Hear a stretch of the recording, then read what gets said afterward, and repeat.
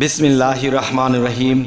হে সমস্ত জগতবাসী, আজ আমি শামীম আলী চিশতি আপনাদের সামনে যে আলোচনাটি নিয়ে হাজির হলাম, সে আলোচনাটির হেডলাইনে আপনারা কি পেয়েছেন? যে মূলত শয়তান আল্লাহর বন্ধু। আর এটা কেমন কথা? শয়তান আল্লাহর বন্ধু হবে কেন? ওলিয়া আউলিয়া সাধক যারা আল্লাহর ইবাদত করে তারা বান্দা থেকে একদিন বন্ধুতে পরিণত হয়, তো শয়তান আল্লাহর বন্ধু হয় কি করে? তো এই কথাটি বুঝতে গেলে আসলে খুবই মারাত্মক, কিন্তু অবশ্যই আমাদের এই কথাটি বুঝতে হবে, আর না হয়তো আপনার ভিতরে বা আপনাদের ভিতরে এই ভুল জিনিসটা রয়ে যাবে। তখন আপনারা কি করবেন? শামীম আলী চিশতিকে ভুল বুঝবেন, কিন্তু সেই ভুল বোঝার নাই কোনো কুল যদি কেউ না বুঝতে চায় মূল, তাই আমি তুলে ধরব।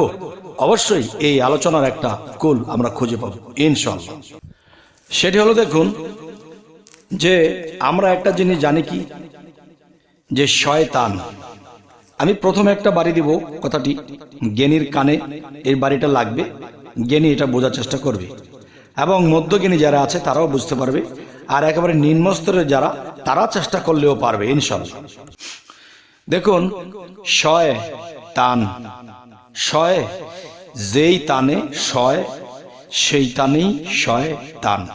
তাহলে মুকরমকে যে আমরা শয়তান বলি, সে কি সয়েছিল, কি সহ্য করে যাচ্ছে, তাকে শয়তান বলা হলো, তাকে লানত দেওয়া হলো। সেটি হলো, দেখুন, যখন আল্লাহ বলেছিল, হে সমস্ত ফেরেশতা সকল আমার আদমকে সেজদা করো, সকলে বুঝুক বা না বুঝুক সেজদা করে বসেছে, কিন্তু যিনি মুকরম তিনি কিন্তু সেজদা করেননি। আর কি বুঝে তিনি করলেন না, না করার কারণে তিনি শয়তান হলেন, লানত প্রাপ্তি হলেন।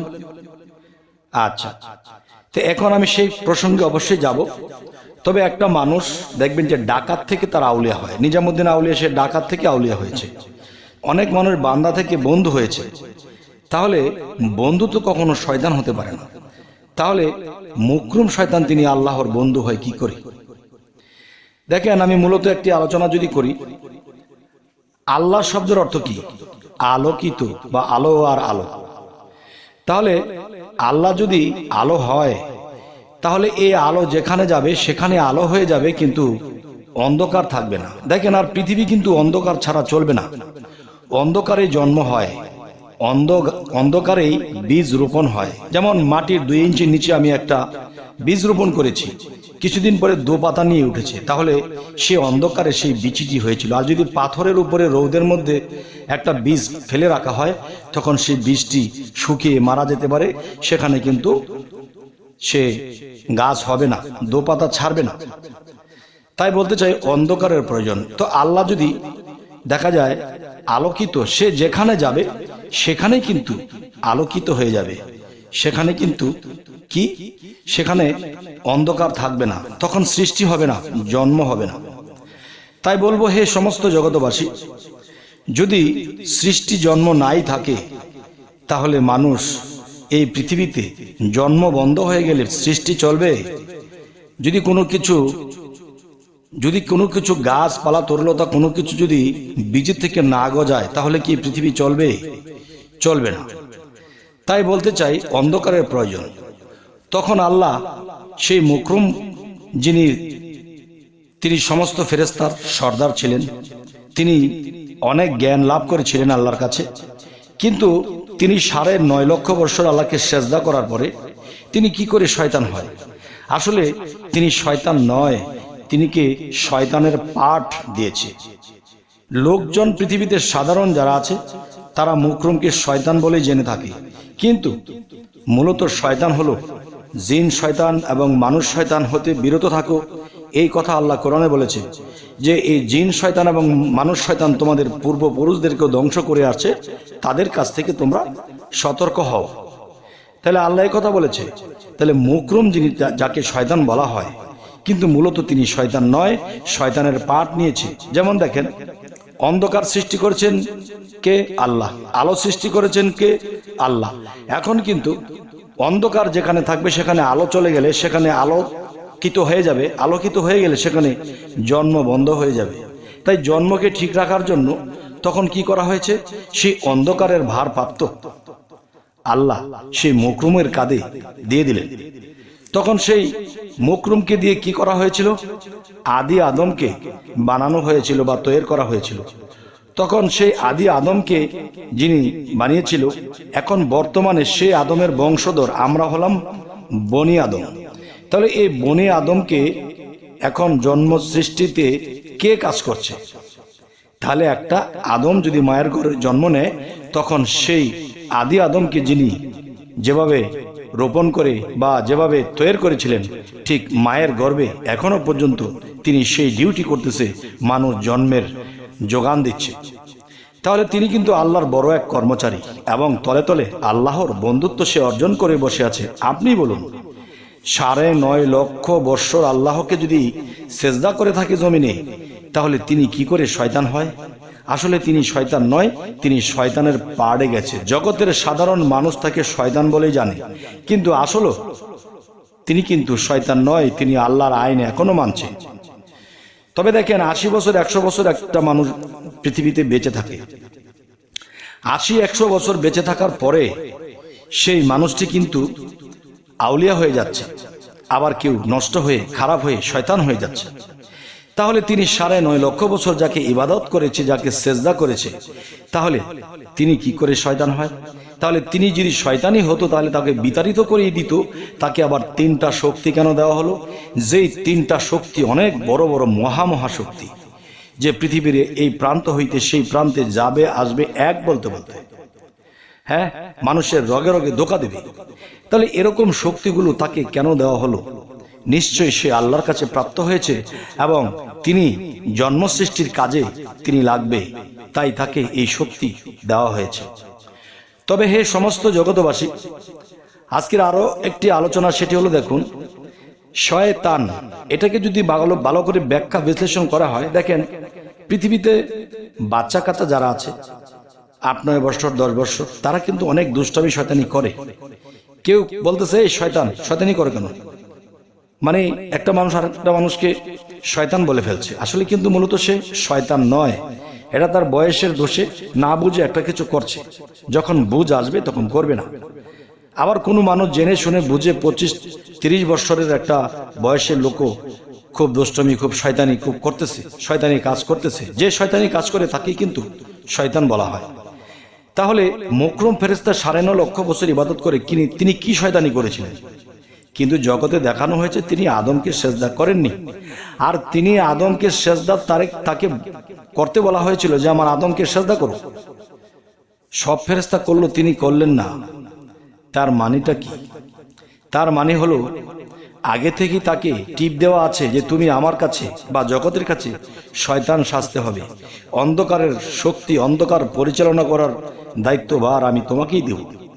আর তুমি যদি সাথে সাথে আমার কথা অনুসারে সেজদা করে ফেলো, তাহলে আমি কি তোমাকে সেই ক্ষমতা বা সেই শক্তি বা সেই ডিউটি কি তোমাকে দিতে পারবো?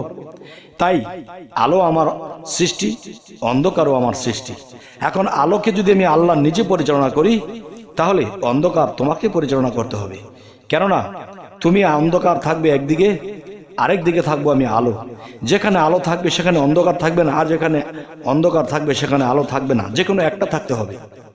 কারণ যেখানে আলো থাকবে সেখানে একটা অন্ধকার ঘরের মধ্যে যদি একটা মোমের বাতি জ্বালানো হয়, সাথে সাথে কি হয়? ঘরটা আলোকিত হয়ে যায়, অন্ধকার পালিয়ে যায়। ঠিক শয়তান এপিঠে বিপিঠে আলো, বা অন্ধকারটি মুকরুমকে যে অন্ধকার দেওয়া হয়েছে সেটি এক পিঠে অন্ধকার, আরেক পিঠে আলো। ঠিক একটা কুপি যদি জ্বালানো হয়, তাহলে কুপির নিচে অন্ধকার আর উপরে আলো। কারণ ওই আবডাল যে ছাওয়া জায়গাটি, সেকালে সেই জায়গাটি হলো কি অন্ধকার। আর সেই অন্ধকারটি যদি না থাকে, তাহলে সৃষ্টি জন্ম ঠিক করে হবে না। তবে হে সমস্ত জগতবাসী, আজকে আপনাদের সামনে এই কারণে আমি আজকে আলোচনাটি করলাম। জগতের মানুষ কিন্তু একটি কথা বলে থাকে, শয়তান এটি করছে, শয়তানে ওই ক্ষতিটা করছে, শয়তানে খারাপটি করছে। দেখেন, সমস্ত খারাপ যা কিছু হয়েছে শয়তান করেছে। শয়তানকে কিন্তু কখনো কেউ দেখেনি। পৃথিবীতে ভালো কিছু যা কিছু হয়েছে সমস্ত কিছু আল্লাহ করেছে। দেখেন, যারা আল্লাহকে দেখেনি তারাও বলতেছে এই ভালো কাজটি আল্লাহ করেছে। শয়তানকে কেউ দেখেনি, তবু বলতেছে এই খারাপ কাজটি শয়তানই করেছে।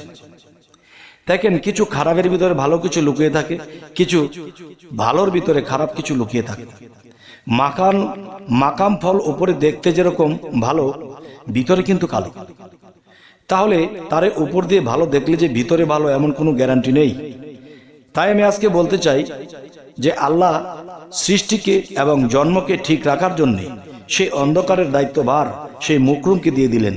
আর মুকরুমকে দিয়ে দেওয়ার জন্য যে নাটকটি, যেই চোখের টিপটিটি বা যেই ইশারাটি করা হয়েছে, তখন কিন্তু সে সেজদা করেনি সেই আদমকে। আর আদমকে সেজদা করলে সে তো সেই ফেরেশতাদের সাথে প্রশংসিত হয়ে যেত। আর যেহেতু আর যাকে প্রশংসা করা হবে তাকে শয়তান বলা যাবে না, তার উপরে লানত দেওয়া যাবে না। তাই আল্লাহ উপরে উপরে কি করেছে? লানত দিয়েছে। উপরে উপরে কি করেছে? তাকে শয়তান বলেছে। মূলত নিচে নিচে বা তলে তলে তার সাথে আল্লাহর বন্ধুত্ব অবশ্যই আছে। আর এই ভেদ যারা বুঝে যাবে তারা কখনো মুকরুম ফেরেশতাকে শয়তান কখনোই বলবে না। শয়তান কাকে বলবে? আল্লাহ বলেছে তোমরা মানুষ শয়তান এবং জিন শয়তান হতে বিরত থাকো। এই শয়তান তোমাদের পূর্বপুরুষদেরকে ধ্বংস করে আসছে। তাহলে এই শয়তান দুটোর মধ্যে কিন্তু মুকরুমের কথা বলা হয় নাই। তবে হে সমস্ত জগতবাসী, আরো কিছু গভীর কথা এখানে লুকিয়ে আছে যা প্রকাশ করে বলার মতো নয়। তবে জ্ঞানী গুণী যদি হয় অবশ্যই তারা বুঝে লয়। আর যারা মোটামুটি বুঝে তারাও মোটামুটি বোঝার চেষ্টা করে, একসময় বুঝতে পারে। আর একেবারে নিম্নে যারা, তারা হয়তো এটা বুঝতে চাইবে না, তাদের এই কথাগুলো শুনলে প্যাচের সৃষ্টি হতে পারে। তবে অবশ্যই এই জিনিসগুলো বোঝার জ্ঞান যার হয়ে গেছে, সে চুপ হয়ে গেছে এবং তিনি চিন্তাযুক্ত হয়ে গেছে। তারা একসময় কি করে? আল্লাহর বন্ধুত্ব অর্জন করে নিতে পারে। কারণ যাকে তাকে শয়তান বলবে না। কারণ আমি পৃথিবীতে চলাকালীন কত মানুষকে শয়তান বলি, আসলে সে শয়তান দেখতেছি কিন্তু ভিতরটা তার ভালো থাকতে পারে। আর যাকে ভালো বলতেছি তার ভিতরে খারাপটা থাকতে পারে। তাই শয়তান কেন বলবো?